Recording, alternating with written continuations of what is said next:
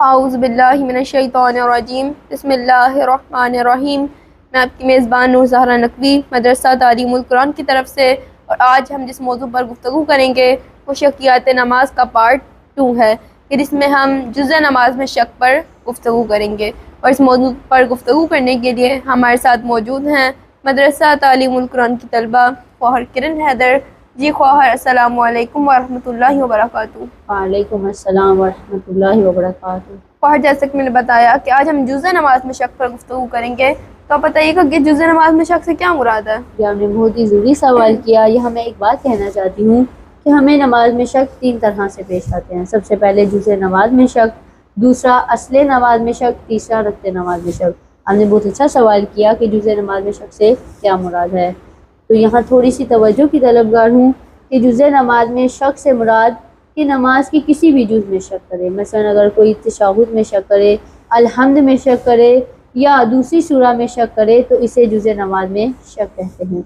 یہ مومنین کرام، خواہر نے بتایا کہ جزء نماز میں شک سے مراد ہے کہ ہم نماز کے کسی بھی جز میں شک کریں۔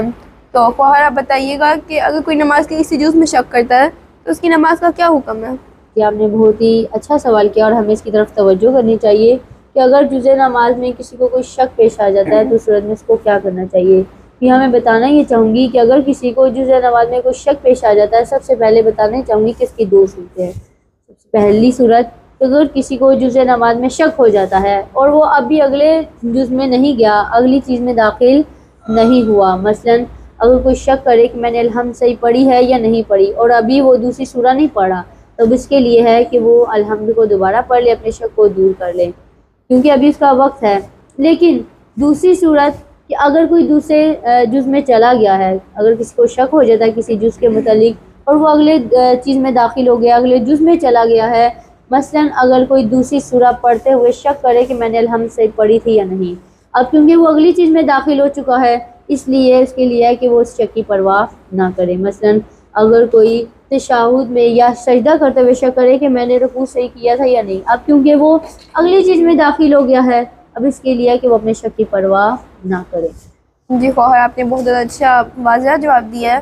اور مومنین کرام یہاں پر ہمیں پتہ یہ چلتا ہے کہ اگر کوئی جزء نماز میں شک کرتا ہے، اب اگر تو جز کا وقت گزر گیا ہے تو پھر اپنے شک کی پرواہ نہ کرے، لیکن اگر وہ اگلی چیز میں داخل نہیں ہوا اور جز کا وقت ہے تو اپنے شک کو دور کرے، اور جس چیز میں شک ہے اسے دوبارہ سے انجام دے۔ تو خواہر، میں آپ کی بہت زیادہ شکر گزار ہوں، اور میں امید کرتی ہوں کہ مومنین آپ نے ہمارے پروگرام سے استفادہ حاصل کیا ہوگا۔ انشاءاللہ ہم شکیات نماز پر مزید گفتگو اگلے پروگرام میں کریں گے، تب تک کے لیے اللہ حافظ۔